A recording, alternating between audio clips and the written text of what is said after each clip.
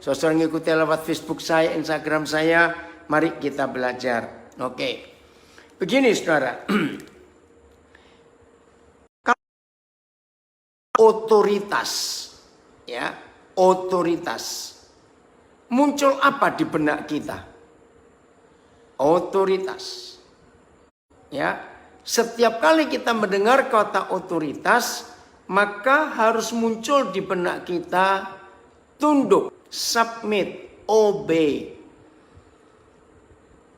Apalagi paling berisiko bahayanya. Nah, disinilah otoritas itu perlu kita perhatikan. Saudara, seringkali kita sebagai anak-anak Bapa di surga, ya, kita pernah mengalami begini. Kita komplain kepada Tuhan, kita rasanya ada yang gak terima kepada Tuhan. Terus kita tanpa sadar kita mengungkit. Bukankah aku sudah doa pagi Tuhan? Bukankah aku sudah baca Alkitab Tuhan? Bukankah aku sudah melayani Tuhan? Bahkan tidak sedikit berkata begini, bukankah saya sudah memberi persembahan untuk pekerjaan Tuhan? Kenapa hidupnya harus begini? Kenapa doa saya tidak didengar? Kenapa keluarga saya? Kenapa anak saya? Mengapa?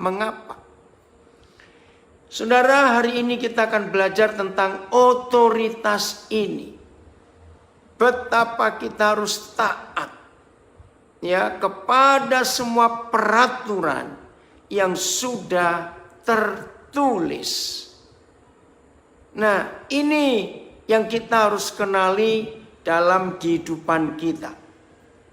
Maka itu, saudara-saudara, sebagai orang-orang yang dipercaya bisa bekerja di perusahaan, di penerbangan, maka aturan-aturan itu harus dipegang dengan kuat.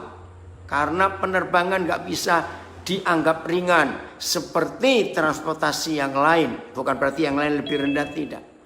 Karena harus tunduk kepada peraturan itu. Nah, seperti ini dalam hidup kita, yaitu otoritas tertinggi dalam hidup kita adalah firman Tuhan.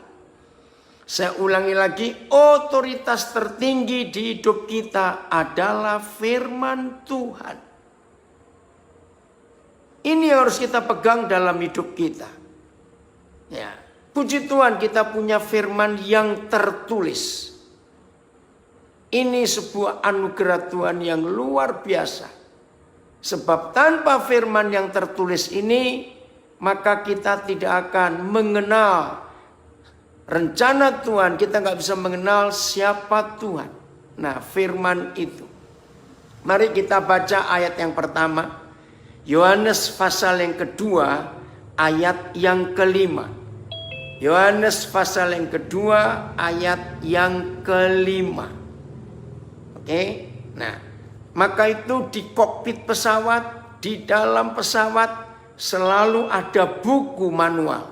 Sudah sepengalaman apapun seorang pilot, sudah pengalaman seberapa lama pun seorang awak kabin, maka buku itu tidak boleh dilupakan. Nggak cukup hanya dihafal. Maka itu penting sekali memegang buku yang satu ini sebagai otoritas tertinggi dalam kehidupan kita. Nah, sudah? Lihat Yohanes pasal 2 ayat yang kelima. Begini kata Tuhan, ya, yang disampaikan oleh Maria ibu Yesus. Tetapi ibu Yesus berkata kepada pelayan-pelayan, ya, apa yang dikatakan? Apa yang dikatakan kepadamu, buatlah itu. Saya ulangi lagi. Apa yang dikatakan kepadamu, buatlah itu. Saudara, ini firman simple. Hanya kata ibu Yesus kepada pelayan-pelayan di pesta pernikahan. Tapi di dalamnya justru mujizat. Nah, dengan ayat ini saya selalu mengatakan, ya, saudara-saudara boleh cerita kepada semua teman, pada semua teman. Kalau sampai di rumah tangga kita, di keluarga kita ada masalah, entah itu masalah kecil, entah itu masalah besar, ya, maka pasti ada di antara kita dalam anggota keluarga ini yang tidak melakukan apa yang Tuhan Yesus katakan. Sederhana sekali. Ya, saya ulangi lagi, ini sebuah emphasis, penekanan yang sangat penting. Ibu Yesus berkata kepada pelayan-pelayan itu, mereka di tengah-tengah kesulitan besar, yaitu pesta belum selesai, anggur habis. Itu sama dengan kita orang Indonesia, pesta belum, makanan habis, malu. Nah, ketika mereka sedang dalam masalah itu, ternyata ada satu prinsip yang sederhana. Apa yang Yesus katakan, kerjakan itu, lakukan itu. Nah, kalau mulai hari ini saudara dan saya mau mengambil ayat ini, firman ini sebagai pegangan dalam hidup kita, apa saja yang tidak baik, masalah apa saja yang terjadi di hidup kita, maka saudara dan saya nggak usah cari siapa yang salah. Ini gara-gara siapa? Siapa penyebabnya? Tidak.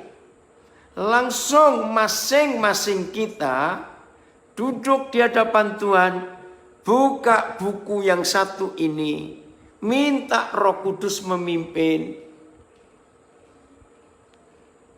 Apa yang aku belum lakukan, yang Tuhan Yesus katakan? Ya, ini anak-anak saya pada gabung, ya pasti ditanya oleh host. Ya, saya biasa kalau saya diundang untuk melayani sharing firman lewat Zoom, saya beritahu anak-anak saya itu dan mereka ikut belajar. Terima kasih, saya nggak memberitahu host. Ya, terima kasih anak-anak saya boleh ikut. Nah, saudara, ini simple sekali. Oke ya, maaf, sama seperti saudara, para kru Garuda Indonesia. Begitu ada apa-apa, saudara nggak boleh saling nyalakan dulu. Cari bukunya mana?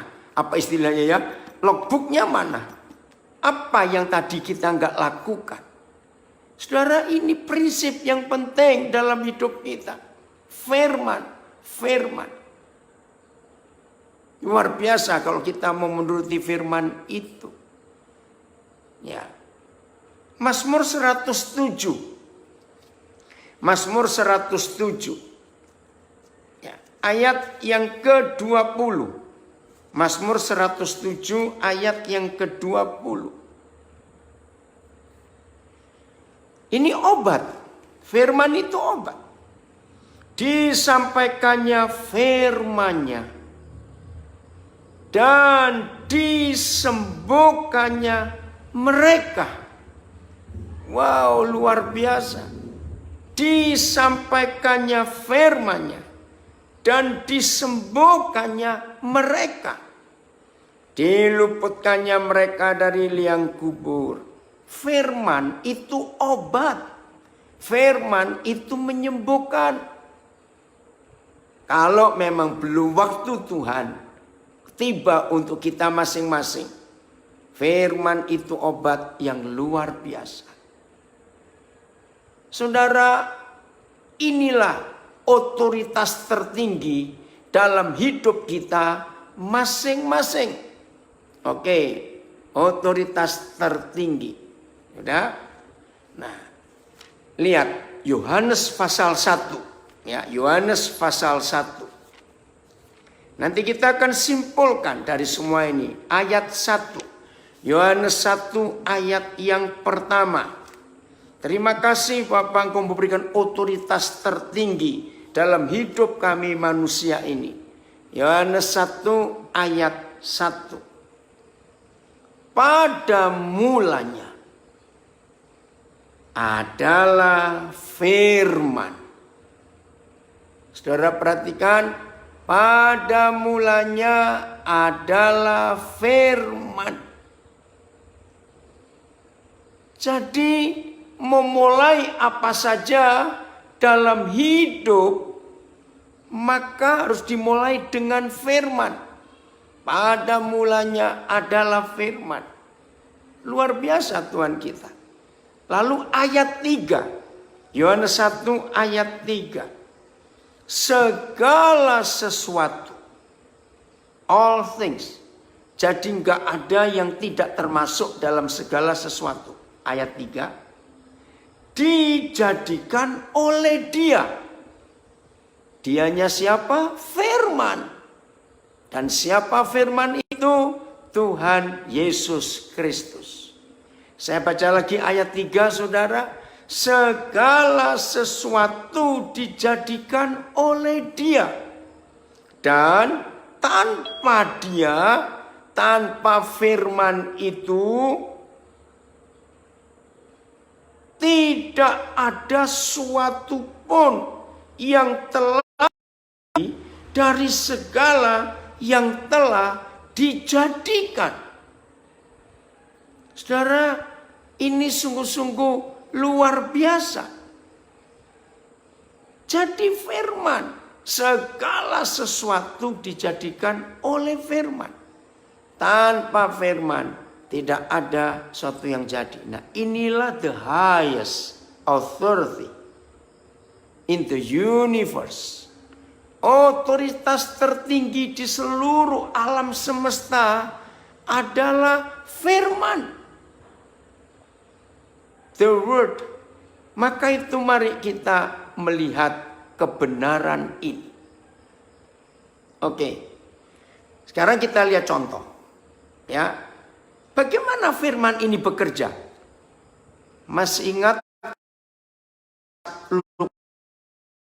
ya ayat dulu? Ya, saudara-saudara yang atau belum tahu, coba saudara buka Alkitab saudara. Lukas 7:10. Itu adalah contoh yang sangat jelas dan sangat indah. Bagaimana firman itu sebagai the highest authority akan bekerja. Nah, dalam Lukas pasal 7 ayat 1 sampai 10 ada kisah seorang perwira. Kalau sekarang itu panglima daerah militer. Nah, ya Lukas 7 ayat 1 perwira ini orang Roma, penjajah, punya budak yang sangat dihargai dan sakit keras hampir mati. Lalu ayat 3 Lukas 7 itu ditulis begini. Ketika ia mendengar tentang Yesus. Nah, mendengar ini penting. Kalau kita mendengar, pasti mendengar suara. Betul tidak? Suara kita dengar. Nah, suara itu kan firman. Suara itu kan kata-kata. Betul tidak? Nah, kata-kata Tuhan itu. Nah, perwira ini mendengar tentang Yesus.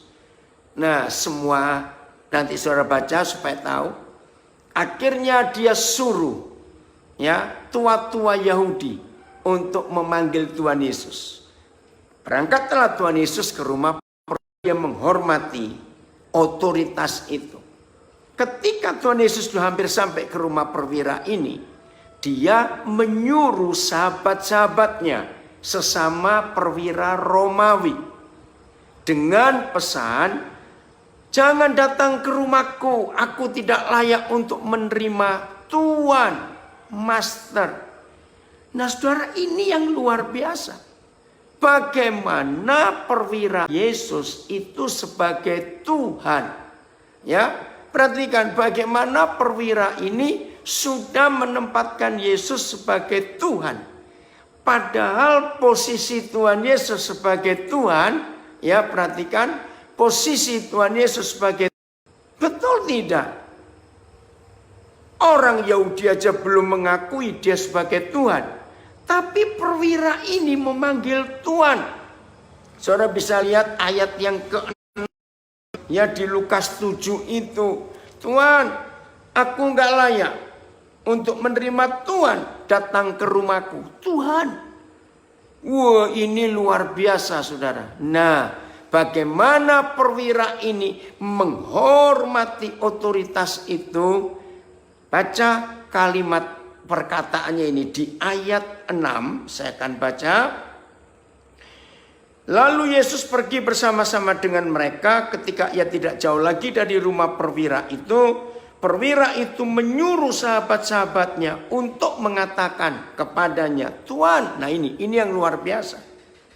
Janganlah bersusah-susah sebab aku tidak layak menerima Tuhan di dalam rumahku. Saudara, nggak main-main ini. Lalu ayat 7. Sebab itu aku juga menganggap diriku tidak layak untuk datang kepadamu. Saudara, garis bawahi ayat 7 kalimat terakhir. Katakan saja sepatah kata, maka hambaku ini akan sembuh. Sekarang kita rangkum dari semuanya itu. Ternyata otoritas tertinggi lagi sekali kepada firman. Cukup katakan sepatah kata saja. Ya. Jadi otoritas tertinggi dalam hidup kita adalah firman ini. Maka itu perwira itu berkata, cukup katakan satu patah kata saja. Nah, ini yang luar biasa, saudara. Maka itu mari kita tanya pada diri kita sendiri. Simple, maaf. Sering gak ada di antara kita sebagai manusia hidup itu karena kata orang? Saya percaya kita pernah ngalami itu juga. Tapi ada yang parah. Betul-betul hidupnya itu selalu diganggu dengan orang ngomong apa ya. Nanti orang bicara apa ya. Aduh, luar biasa. Ngeri sekali kalau sampai hidup kita dikuasai oleh kata orang. Maka itu hari ini kita mengambil keputusan, kita mengambil kesimpulan bahwa harus otoritas tertinggi dalam hidup kita adalah firman ini. Maaf, izinkan saya memberikan contoh. Maka itu penting sekali mulai hari ini kita melihat fakta ini. Baiknya sekarang kita masuk dalam hidup kita sehari-hari. Ya, dalam hidup sehari-hari. Pernikahan. Saudara, buku satu-satunya di dunia yang bicara paling banyak tentang keluarga, tentang pernikahan, itu adalah kitab suci kita. Saudara boleh baca buku apa saja. Bersyukur kepada Tuhan, Alkitab ini buku tentang keluarga, harmonis keluarga yang bahagia. Ini bukunya. Bahkan sebagai hamba Tuhan saya melihat hampir 70% topik yang Tuhan bahas di kitab suci kita adalah pernikahan dan keluarga. Coba bayangkan itu 70%. Mengapa keluarga ini penting? Nah, sekarang kita lihat. Lembaga pertama yang dibentuk oleh Tuhan sebelum ada lembaga negara, lembaga pemerintahan, lembaga keuangan, lembaga-lembaga kesehatan, pendidikan, pokoknya institusi apapun juga yang manusia buat. Saudara harus perhatikan ini. Lembaga yang Papa di surga buat adalah lembaga pernikahan. Tolong catat ini luar biasa. Kejadian 1 dan kejadian 2 itu bicara pernikahan. Lalu kejadian 3 soal kehancuran keluarga itu. Nah, ini yang dibentuk lembaga pertama yang diberi otoritas oleh Tuhan. Maka itu kita melihat fakta satu-satunya lembaga, ya, tolong perhatikan ini, satu-satunya lembaga yang begitu dibenci oleh setan adalah lembaga pernikahan. Setan begitu benci kepada keluarga harmonis. Betul atau tidak kalimat saya ini? Mengapa setan begitu benci dengan keluarga harmonis? Karena setan tahu kalau suami istri harmonis, anak-anak pasti bahagia. Kalau anak-anak bahagia, anak-anak itu membentuk komunitas, society, masyarakat. Pasti masyarakat itu, dengarkan, pasti masyarakat aman kalau anak-anak yang membentuk masyarakat dari keluarga yang harmonis. Pasti anak-anaknya bahagia. Saudara tolong perhatikan. Yang belum tahu silakan catat. Maleakhi 2:16. Nggak usah dibaca, catat. Satu-satunya buku di dunia, saya ulangi, satu-satunya buku di dunia yang ada statement, ada tulisan, ada kata-kata, sebab aku Tuhan membenci perceraian. Wih, ini luar biasa. Maaf. Mengapa hanya Alkitab, satu-satunya buku di dunia yang menulis dan ada kata-kata, aku benci perceraian? Saudara, karena setan ingin pemegang otoritas di dalam dunia ini. Kalau ada keluarga bermasalah, ayo kita duduk sama-sama, buka buku ini. Lagi sekali seperti saudara sebagai awak kabin dari Garuda Indonesia, ex awak kabin. Saudara nggak boleh melupakan logbook, ya, baik itu stewardess, baik itu pilot co-pilot, harus ada. Nah, itu otoritas, itu peraturan yang harus, nggak cukup dihafalkan, tidak boleh dihafalkan, harus dibawa. Ini hukum, ini peraturan yang luar biasa. Maka itu saya tadi mulai dengan Yohanes 2 ayat 5. Bahwa kalau ini menuruti semua yang Tuhan Yesus katakan, hidup ini akan beres, akan indah. Ya, ini tentang pernikahan. Tentang hidup sehat. Tadi kesaksian Ibu Linda luar biasa. Saudara, kalau saudara melihat Kejadian pasal 1. Ya, sebelum ada manusia, Papa itu sudah memberitahu kita pola hidup sehat. Kejadian 1, saya baca mulai ayat yang ke-11. Ya, Kejadian 1 ayat 11. Ini luar biasa. Berfirmanlah Tuhan, hendaklah tanah menumbuhkan tunas-tunas muda. Sayang terjemahan bahasa Indonesia ini kurang tepat. Tapi dalam bahasa Inggris, herbs. Tahu kata herbs? Herbal. Coba saudara bayangkan. Untuk apa Papa berfirman seperti ini? Ya, herbs. Ya, ini.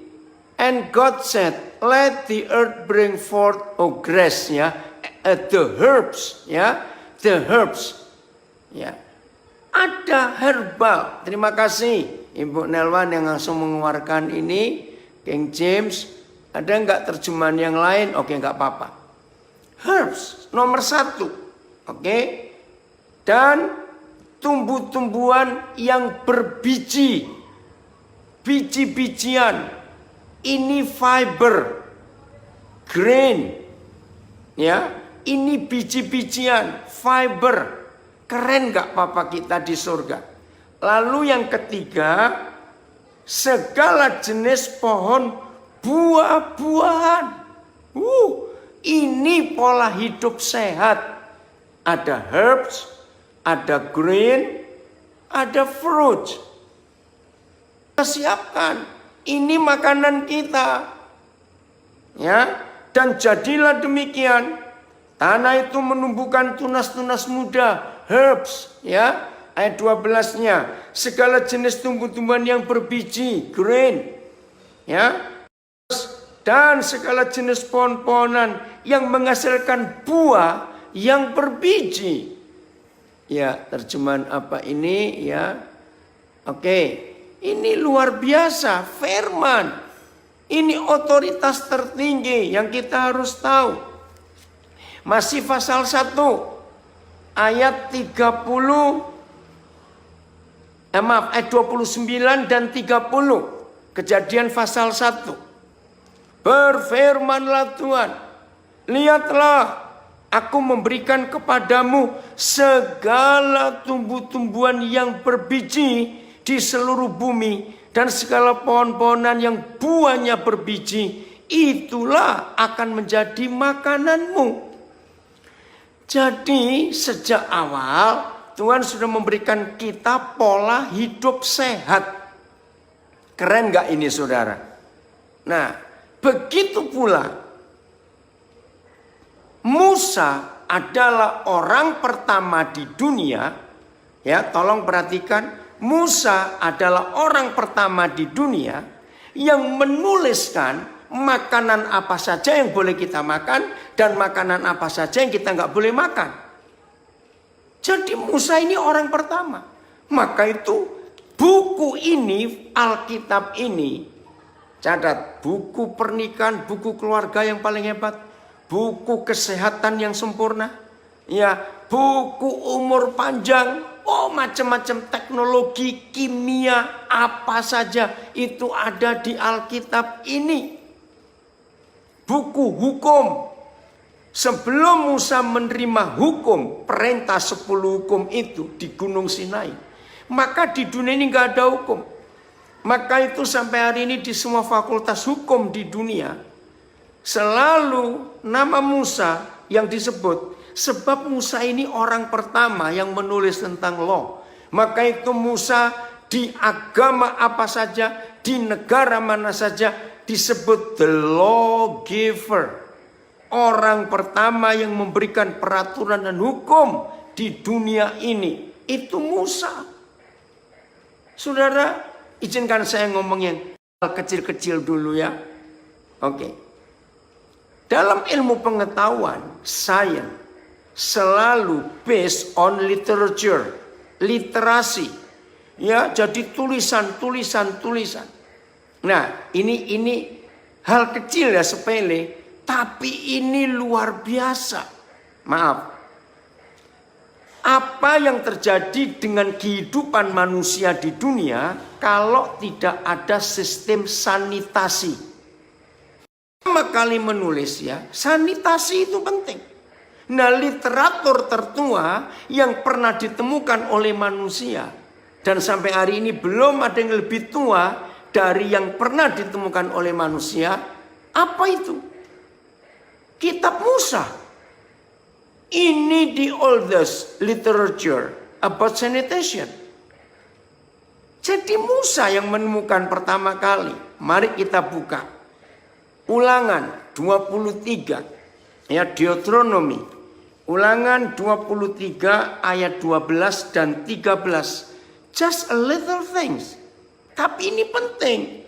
Maka itu Tuhan mengatur luar biasa. Ya, Ulangan 23 ayat 12 13. Pokoknya begini ya saudara, mulai hari ini. Apa saja yang terjadi dalam hidup kita, ayo kita cari jawabannya ada di Alkitab. Di luar perkemahan itu haruslah ada bagimu suatu tempat kemana engkau pergi untuk kada hajat. Nah, ini untuk memperhalus dan sopan. Ini kada hajat itu bahasa Melayu. Ya, Mungkin Ibu Nelwan tinggal di Malaysia bisa tahu. Kada hajat itu maaf, BAB saudara. Jadi Tuhan ngatur, ingat loh. Yang dibawa keluar oleh Musa dari Mesir ke Kanaan itu kurang lebih 4 juta jiwa. Loh kok bisa tahu? Kalau saudara nanti ada waktu baca bilangan Numbers pasal 1 disebutkan anak laki-laki yang umur 20 tahun itu jumlahnya 600.000 sekian. Belum anak perempuan, belum yang lebih tua, belum kakek nenek, belum adik-adik perempuan, anak-anak kecil. Bayangkan. Nah kalau Tuhan nggak ngatur, kan mereka berjalan terus. Bagaimana kalau Tuhan nggak ngatur sanitasi ini? Wih, ngeri sekali. Ya, ini hukum Taurat. Ini firman. Ayat 13. Di antara perlengkapanmu haruslah ada padamu sekop kecil. Dan apabila engkau jongkok BAB maaf, haruslah engkau menggali lubang dengan itu sekop kecil tadi. Pertama saya baca ini saya tertawa geli. Bayangkan kalau dia bukan Tuhan yang sempurna, nggak mungkin ini sampai jadi hukum. Ada di logbook istilahnya ya, di buku ini. Saudara ini luar biasa. Jelas ya? Oh banyak lagi yang lain karena waktu. Oh terima kasih Papa. Engkau membuatnya jadi hebat sekali. Oke ya. Nah sekarang Yosua 1 ayat 8. Ya, Yosua 1 ayat 8. Begini kata Tuhan. Saya akan baca nanti 2 ayat. Pertama di Yosua 1 ayat 8. Untuk membuktikan firman otoritas ini, ya. Yosua 1 ayat yang ke-8. Janganlah engkau lupa, oh ya ada di situ. Janganlah engkau lupa memperkatakan, mengucapkan kitab Taurat ini. Tetapi renungkanlah itu, meditate, ya, siang dan malam, supaya engkau bertindak hati-hati sesuai dengan segala yang tertulis di dalamnya. Nah, saya ingin mengeluarkan kalimat ini supaya engkau bertindak hati-hati sesuai dengan segala yang tertulis di dalamnya. Maafkan saya, ya, karena ini saya ngelihat, ya, saya sering terbang, ya, saya sering terbang. Nah, apalagi dengan Garuda, saya membernya GFF, oke. Nah, saya perhatikan. Ada buku kecil yang dibawa oleh semua awak kabin. Harus itu. Nah selalu memperhatikan yang tertulis di dalamnya. Ya nggak boleh dilupakan. Nah apa yang terjadi kalau saudara dan saya sudah memperkatakan kitab Taurat ini dan merenungkannya siang dan malam sesuai dengan yang tertulis di dalamnya. Lihat hasilnya ada 3 saudara. Sebab dengan demikian 1 perjalananmu akan berhasil. 2 dan maaf cuma 2. Dan engkau akan beruntung. Ini dijamin. Hidup perjalanan berhasil dan akan beruntung hanya karena memperkatakan firman dan merenungkan siang dan malam. Saya minta maaf untuk bicara ini hanya contoh, jangan tersinggung. Maaf, ya. Kalau enggak ya enggak apa-apa, tapi pokoknya dengarkan maaf saya. Saya mau pakai kata firman. Mana lebih gampang dihafalkan? Maaf. Firman Tuhan atau firman mama mertua? Maaf. Mana lebih gampang dihafal? Mengerti maksud saya? Maaf. Saudara, kenapa firman mama mertua lebih gampang dihafal? Karena firman mama mertua kita perkatakan berulang-ulang dan kita renungkan siang dan malam. Maka itu kalau saya sebagai pendeta tanya begini, kepada jemaat, saudara-saudara, apa sih khotbah saya 2 minggu yang lalu? Jawabannya rata-rata lupa.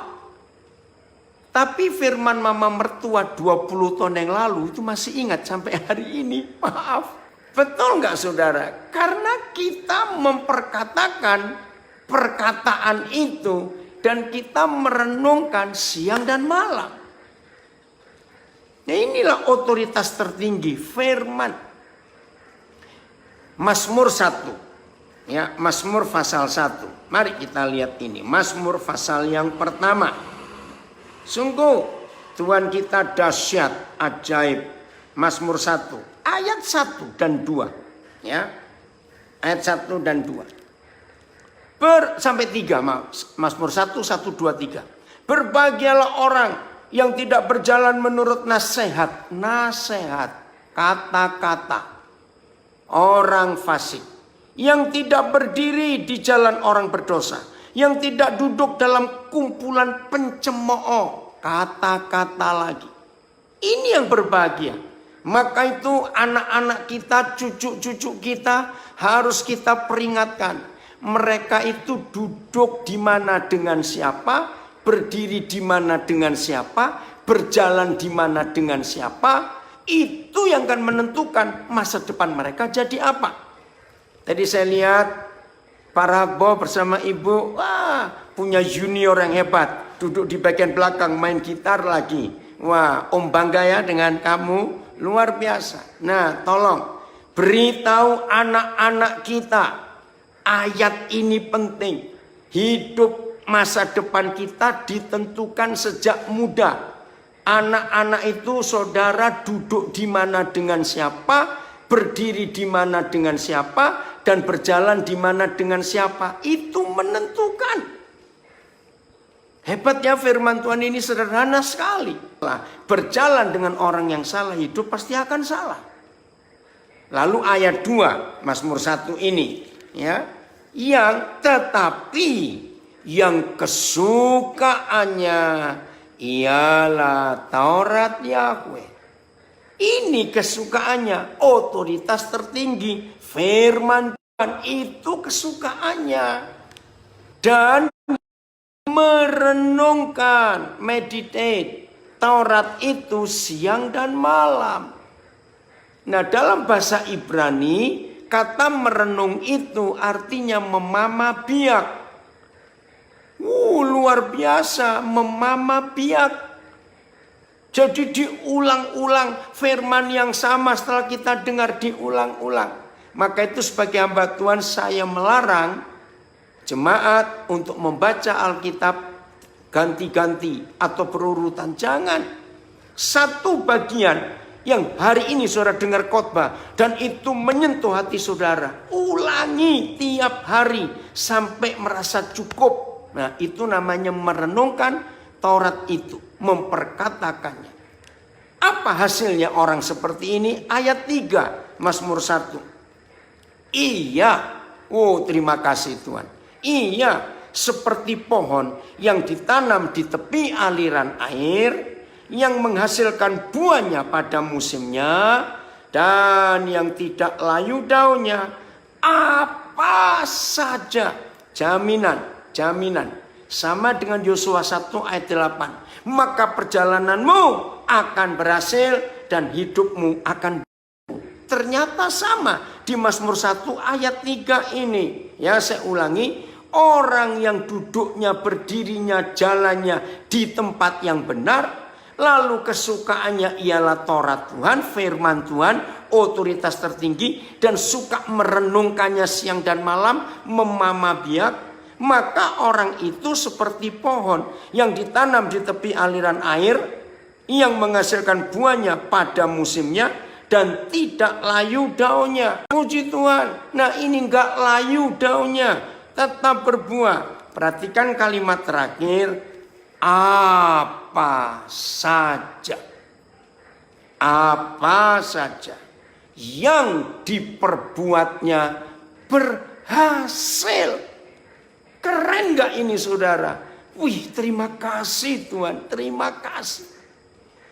Maka itu saya berkata lagi sekali, berbahagialah setiap kita yang menghormati firman ini sebagai otoritas tertinggi di hidup kita, dan yang lainnya harus di bawah. Ini firman. Maka itu tadi Yohanes 1 ayat 3 jelas. Segala sesuatu dijadikan oleh firman. Tidak ada yang tidak jadi tanpa firman. Semuanya harus karena firman. Wih, itu luar biasa. Maka itu saudara, hidup sehat karena firman. Hidup bahagia karena firman. Hidup berhasil semuanya karena firman. Melakukan hukum ini, mentaati peraturan-peraturannya. Ini pertama kali saya melayani Zoom webinar ini, dan ada lagu kebangsaan tadi. Wah, luar biasa, keren. Saudara, berapa hari yang lalu Indonesia mensyukuri 75 tahun. Oke? Amerika sudah 200 sekian puluh tahun. Negara-negara Eropa sudah lebih tua daripada Amerika, ratusan, bahkan 1000 tahun. Pernah nggak kita menyadari negara itu bisa eksis tetap sebagai negara sampai hari ini, termasuk Indonesia? Jawabannya simpel, bukan karena pemerintahnya, tidak. Masing-masing negara itu tetap eksis dan berdaulat karena konstitusinya, karena undang-undangnya. Betul tidak, saudara? Nah, undang-undang itu kan buatan manusia, tulisan, ya, berupa tulisan. Nah, maka itu pertama kali 17 Agustus kemarin naskah asli proklamasi dibawa ke Istana Negara untuk ikut upacara kemerdekaan. Nah, dalam berita itu yang pertama, setelah 75 tahun Indonesia merdeka, naskah asli tulisan tangan presiden pertama kita, proklamator kita, dibawa. Wah, itu luar biasa. Nah, saudara, konstitusi, undang-undang, kan kita nggak pernah ngelihat aslinya sampai hari ini. Tapi di dalam tulisan undang konstitusi itu ada otoritas, ada kuasa. Hebat nggak? Nah, sekarang kita lihat. Ini bagian terakhir, 2 Timotius 3 ayat 16. Ini cara kita melihat firman Tuhan, ya. Kalau negara-negara di dunia bisa eksis setelah sekian banyak tahun, itu karena konstitusi yang dipegang, yang dilakukan oleh pemerintah. Maka sekarang kita lihat 2 Timotius 3 ayat 16. Segala tulisan yang diilhamkan Tuhan. Terima kasih, kita punya Alkitab ini. Segala tulisan yang diilhamkan oleh Tuhan memang bermanfaat, ya, saya baca, untuk 1, mengajar, 2, untuk menyatakan kesalahan, untuk memperbaiki kelakuan, dan 4, untuk mendidik orang dalam kebenaran. Karena bukan kalimat ini, segala tulisan yang diilhamkan oleh Tuhan. Wah, ini luar biasa. Memang berguna, bermanfaat untuk manusia. 1, untuk mengajar, 2, untuk menyatakan kesalahan, teguran-teguran, 3, untuk memperbaiki kelakuan, 4, dalam, ya, setiap ibadah ada khotbah, dan kalau khotbah pasti maaf. Lalu apa yang kurang? Nah, ini dia. Ketika gereja lebih banyak organisasi.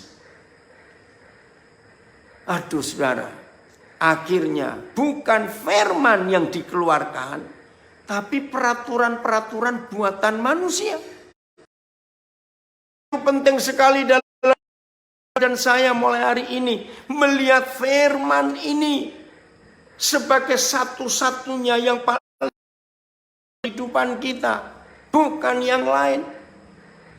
Jadi mulai hari ini saudara, apa saja yang terjadi dalam hidup kita, apa saja, ayo kita lihat ke buku yang satu ini, The Highest Authority. Maaf, sama. Ya, saya tidak tahu apakah di grup ini ada yang mekanik, ya, bagian ini itu apa. Saudara, semua barang yang kita beli sesimpel apa? Ada manualnya enggak? Ada buku petunjuknya tidak? Sesimpel apa barang itu? Pasti ada bukan? Baik yang elektronik maupun yang computerized. Ya, harus ada buku manualnya. Dan kita bisa melihat. Seperti itu hidup. Manual hidup manusia adalah buku yang satu ini. Namanya firman Tuhan. Maka itu kalau hidup kita mengalami gangguan apa saja, nggak usah jauh-jauh kemana, langsung buka manualnya. Tentang iman, tentang kesehatan, tentang kesucian, tentang pengampunan, tentang ketaatan, tentang ekonomi, tentang apa saja. Di buku ini ada peraturannya. Dan kita harus ikuti. Kalau kita ikuti, hidup ini luar biasa. Nah, kalau saudara masih bisa cari di Google, di internet, ya, National Geographic. Tolong ya, catat. Yang edisi Mei 2013. National Geographic edisi Mei 2013. Saudara akan kaget. Saya memang hobi membaca National Geographic. Saya hobi. Tapi yang Mei 2013 itu dahsyat. Saya lewat di sebuah bandara, di airport. Tiba-tiba ada tulisan angka 120. Lalu gambar bayi. Apa itu? Nah, saya tertarik karena itu buku kesukaan saya. Begitu saya baca, saya kaget saudara. Buku itu National Geographic itu menulis. Ternyata DNA semua manusia di dunia, ya, kalau hidupnya di pola sehat, maka manusia itu bisa bertahan. Nah, saudara tahu nggak? Satu-satunya buku di dunia yang menulis umur manusia itu 120 tahun adalah Kejadian pasal yang ke-6. Dan uniknya, di National Geographic Mei 2013 itu, yang nulis bukan orang Kristen. Akhirnya saya beli banyak buku itu, saya bagikan kepada teman-teman saya, termasuk para hamba Tuhan. Jadi Alkitab ini bisa sinkron, luar biasa. Kira-kira sudah ada yang bisa ngelihat nggak? Yang ikut Zoom ini, ikut Facebook, Instagram, National Geographic, jadi klik di Google ya, National Geographic, langsung tulis angka 120, langsung keluar buku itu. Menarik sekali saudara. Jadi saya bersyukur, kita bersyukur kepada Tuhan. Buku ini luar biasa. Apa saja yang Tuhan Yesus katakan, kerjakan itu. Maka mujizat terjadi. Saudara baca baik-baik. Semua mujizat yang terjadi di Alkitab itu karena ada firman. Karena ketaatan. Maaf, bukan karena doa puasa, bukan karena doa pagi yang rajin, bukan karena memberi persembahan. Tidak. Kalau sampai karena ada orang rajin memberi persembahan dan ada mujizat, saya nggak mau percaya kepada Tuhan yang mata duitan. Maaf saya berkata. Semua mujizat itu karena taat, karena obey. Nah, ini dia. Terima kasih. Oh, Ibu Nelwan. Oh, ini faktanya saudara. This baby will live to be 120 years. Wih, keren sekali. Jadi angka ini ada di Kejadian pasal 6. Tidak ada buku manapun di dunia yang pernah menuliskan umur manusia itu 120 tahun. Cuma Alkitab lagi sekali. Kejadian 6. Terima kasih Tuhan. Terima kasih Bu Nel. Dan inilah faktanya saudara. Betapa hebat firman Tuhan itu. Maka itu mulai hari ini ayo kita mencintai firman.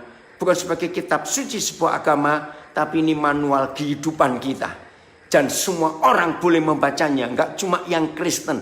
Yakinkan teman-teman kita. Baca buku ini bukan sebagai kitab suci agama. Tapi sebagai buku kehidupan. Tuhan Yesus memberkati kita semua. Cintai firman Tuhan mulai hari ini.